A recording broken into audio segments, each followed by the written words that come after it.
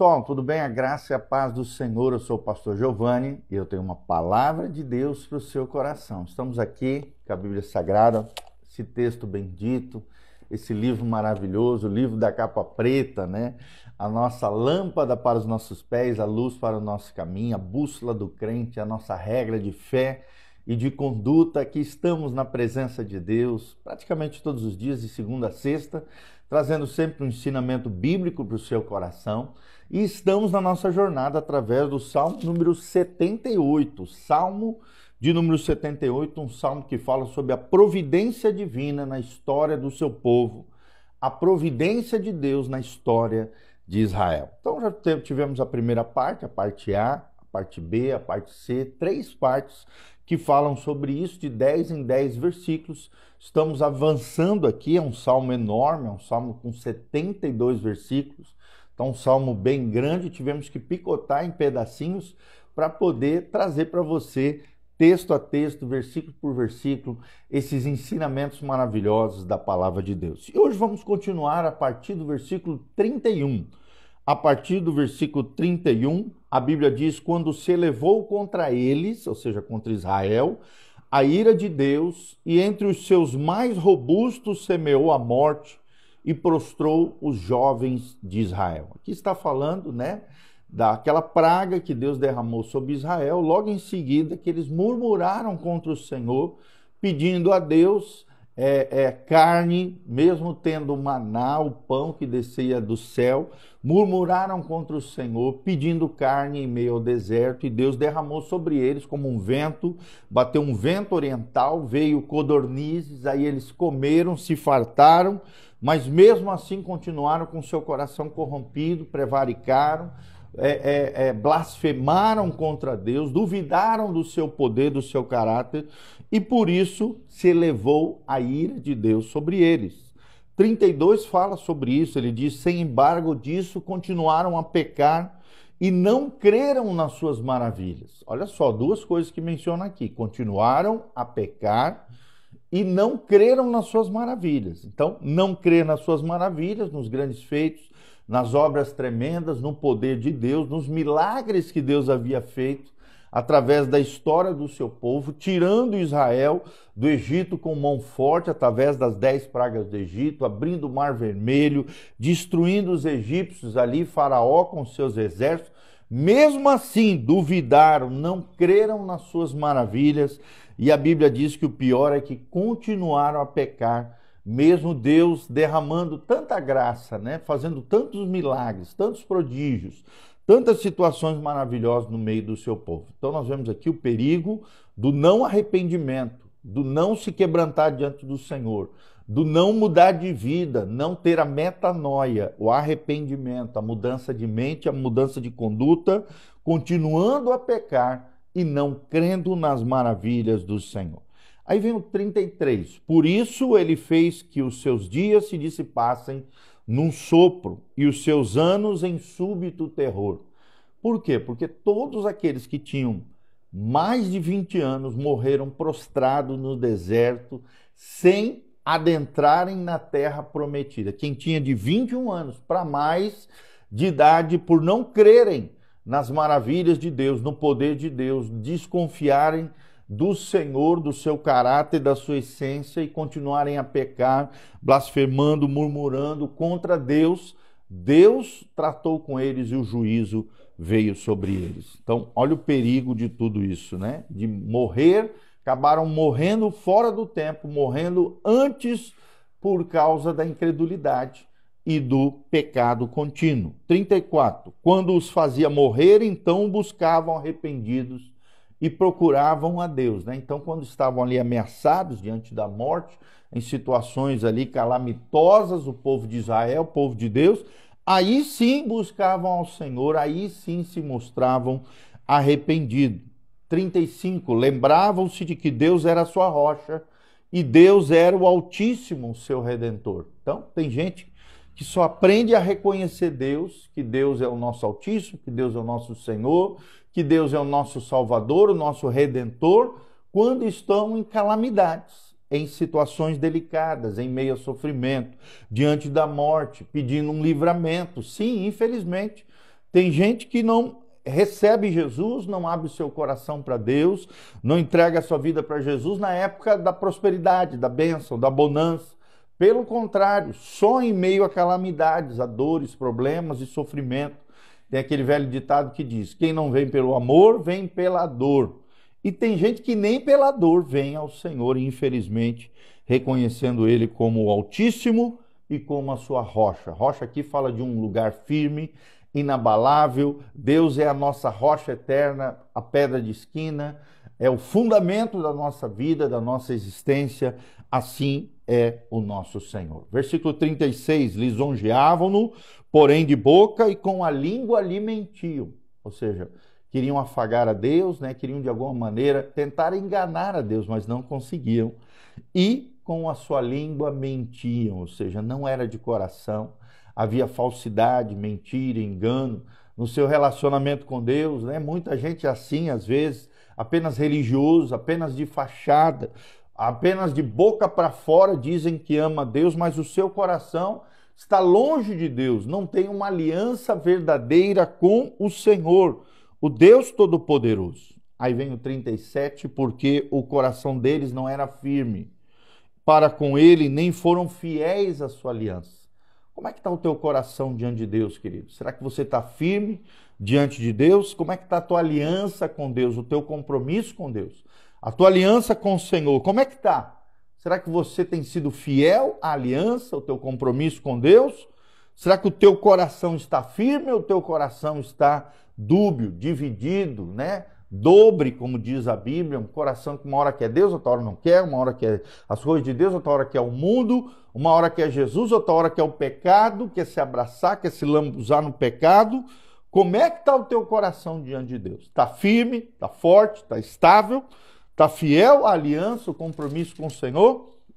Aí vem o 38, ele, porém, que é misericordioso, perdoa a iniquidade, não destrói. Antes, muitas vezes desvia sua ira e não dá largas à toa toda a sua indignação. Então nós vemos aqui um Deus que é paciente, um Deus que tem paciência conosco, um Deus que não age segundo os nossos feitos, as nossas obras, mas age segundo as suas compaixões, as suas misericórdias, a sua benignidade, ao seu perdão. Deus é um Deus misericordioso, ou seja, a miséria do homem entra na cardia, no coração de Deus, e por isso ele se move de misericórdia, por isso ele se move por compaixão, por isso ele perdoa as nossas iniquidades, os nossos pecados. Na medida que reconhecemos nossos erros e falhas, confessamos ao Senhor, abandonamos práticas pecaminosas, Deus é misericordioso, Deus é gracioso, Deus nos perdoa. É claro que o perdão de Deus é condicional,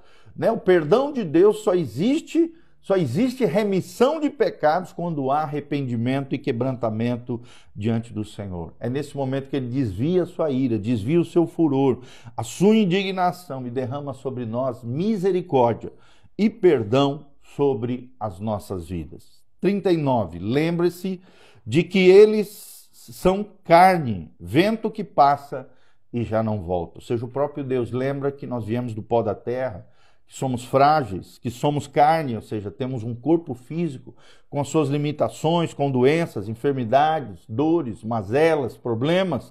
O Senhor se lembra, sim, de que nós somos de carne, que nós viemos do pó, que somos vento que passa e já não volta, ou seja, temos uma vida temporária, né, passageira, terrena, e é nessa vida que nós definimos o nosso destino eterno, se é no céu ou se é no inferno, se com arrependimento, quebrantamento, humildade, reconhecimento, caminhando de fé em fé, de glória em glória, de confiança e obediência ao Senhor, estamos sendo conduzidos para o céu, ou então nós vivemos uma vida com dureza de coração, rebeldia, a vida do nosso jeito, a vida contrária aos preceitos, aos mandamentos de Deus, à lei do Senhor, a palavra de Deus, endurecendo o coração, se rebelando contra Deus, impenitente, sem arrependimento, trilhando um caminho de morte na direção do inferno.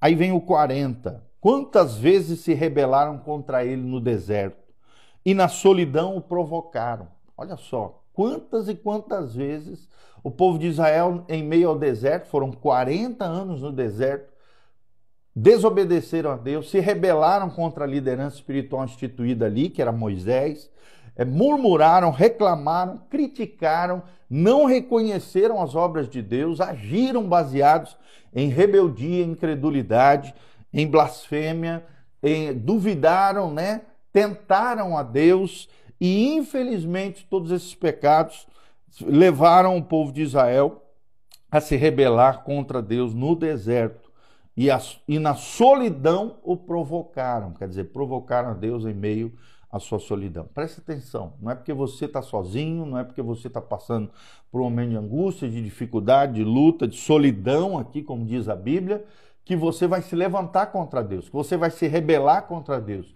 que você vai falar coisas indevidas contra Deus. Não importa os nossos sentimentos e emoções.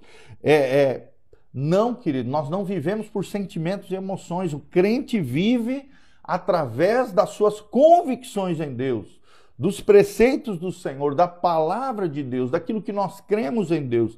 Deus irá curar os nossos sentimentos e as nossas emoções. É claro que eles têm importância na nossa vida, é óbvio, mas não são mais importantes. Nós não somos guiados por sentimentos e emoções, seja solidão, seja angústia, seja tristeza, seja mágoa, seja ressentimento, seja ira, seja o que for. Não podemos provocar o Senhor, não podemos nos rebelar contra Ele, mesmo diante dos desertos da vida. O deserto aqui é um símbolo da provação, do lugar de tentação, do lugar de dificuldade, do lugar de problemas, quando as circunstâncias estão hostis, quando as dificuldades vêm sobre nós. Olha o que diz o 41. Tornaram a tentar a Deus e agravaram o Santo de Israel. Não tente a Deus, não provoque a Deus, não promova a ira de Deus contra você. Não, querido. Tentar ao Senhor é isso. É quando você pede que Deus faça algo que seja contrário à sua natureza, contrário ao seu caráter. Não faça isso.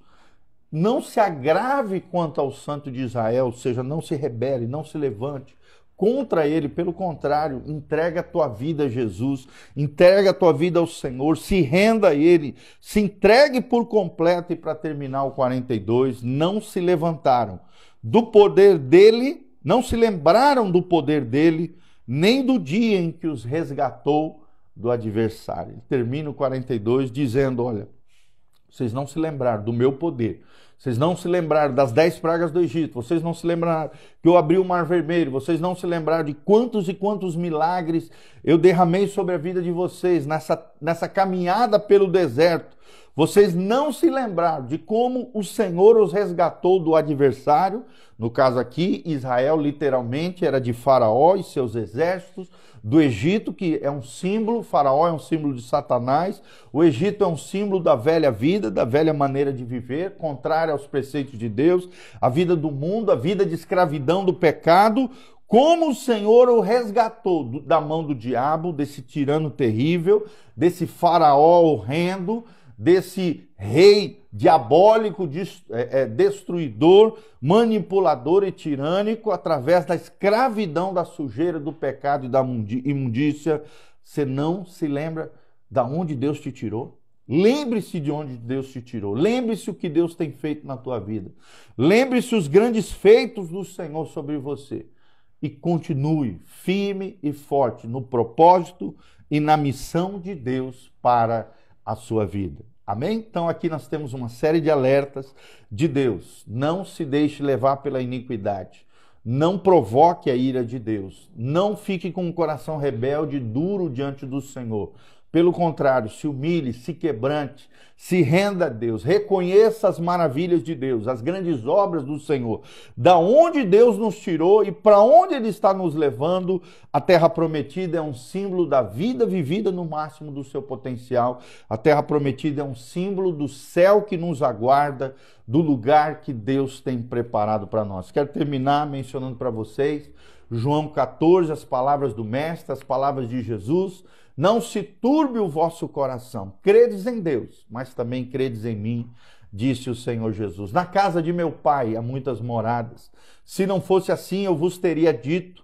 Eu estou indo para lá para vos preparar um lugar, para que aonde eu estiver, vós estejais comigo também. O desejo de Deus é preparar um lugar, o desejo de Jesus é preparar um lar celestial maravilhoso, mansões celestes, mansões eternas, um lugar tremendo de gozo, alegria, onde não haverá tristeza, pranto, luto, morte, dores, mazelas, dificuldades, problemas, não. Nós estamos trilhando essa vida terrena, nessa jornada da vida, em meio aos desertos da vida, rumo a Canaã celestial, ao lar celestial que Deus tem preparado para nós. Então fique firme, forte no Senhor, creia que Jesus é maravilhoso, Ele é o Senhor e Salvador da sua vida, abra o seu coração e deixa Jesus entrar na sua vida, se entregue, se renda completamente ao Senhor, reconheça as obras tremendas do Senhor, da onde Ele te tirou,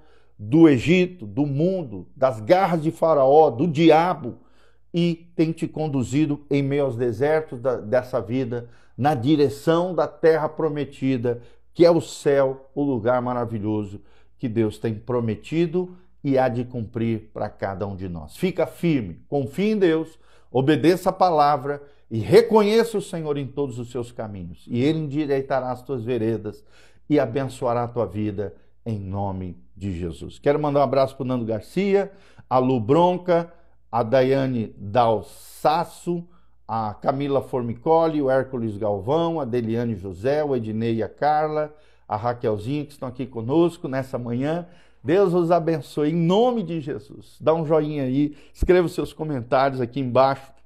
No link de descrição também tem todas as informações do nosso ministério, tem as informações de como você pode contribuir conosco, o endereço da igreja, as nossas mídias sociais, todas as nossas informações estão aqui no link de descrição. Dá um joinha, aperta no sininho aqui no YouTube, você que está nos assistindo pelo YouTube, compartilhe esse vídeo, seja no Instagram, Facebook, YouTube, Spotify, compartilhe esse áudio, esse vídeo com outras pessoas, para que outras pessoas possam ouvir essa palavra, receber de Deus através das nossas vidas, e você vai ser uma ponte de amor em favor de outras pessoas. Amém? Deus os abençoe, uma ótima semana, fica firme, fica forte no Senhor, inabalável diante de Deus. Deus tem coisas tremendas, maravilhosas, extraordinárias para a sua vida. Amém? Hoje à noite temos um culto especial com a nossa querida missionária Rogelma. Hoje e amanhã, segunda e terça, às 20 horas em especial, teremos um culto extraordinário diante do Senhor, um curso, um seminário sobre introdução à cosmovisão cristã. Se eu fosse você, não ficaria de fora. Tudo isso está sendo gravado, será postado também, vai estar disponível para você, mas você que pode, vem estar conosco nesta noite, segunda e terça, às 20 horas, Dr. Camargo, 4555, na Zona 2, aqui no centro de Umuarama, Igreja Casa na Rocha. Dr. Camargo, 4555, no centro aqui de Umuarama, pertinho da Anhanguera, Unitron, pertinho ali da Aviação Umuarama. Igreja Casa na Rocha, vem estar conosco, segunda e terça, às 20 horas, em nome de Jesus. E na terça-feira de manhã, às 7 horas da manhã, nós vamos ter a nossa reunião de oração, que agora mudou de horário. Terça-feira, 7 horas da manhã, reunião de oração lá na nossa comunidade, na nossa igreja. E na quinta-feira, às 15 horas, às 3 horas da tarde, reunião de oração na Igreja Casa na Rocha. Deus os abençoe, um ótimo dia, a graça e a paz de Deus sobre todos nós.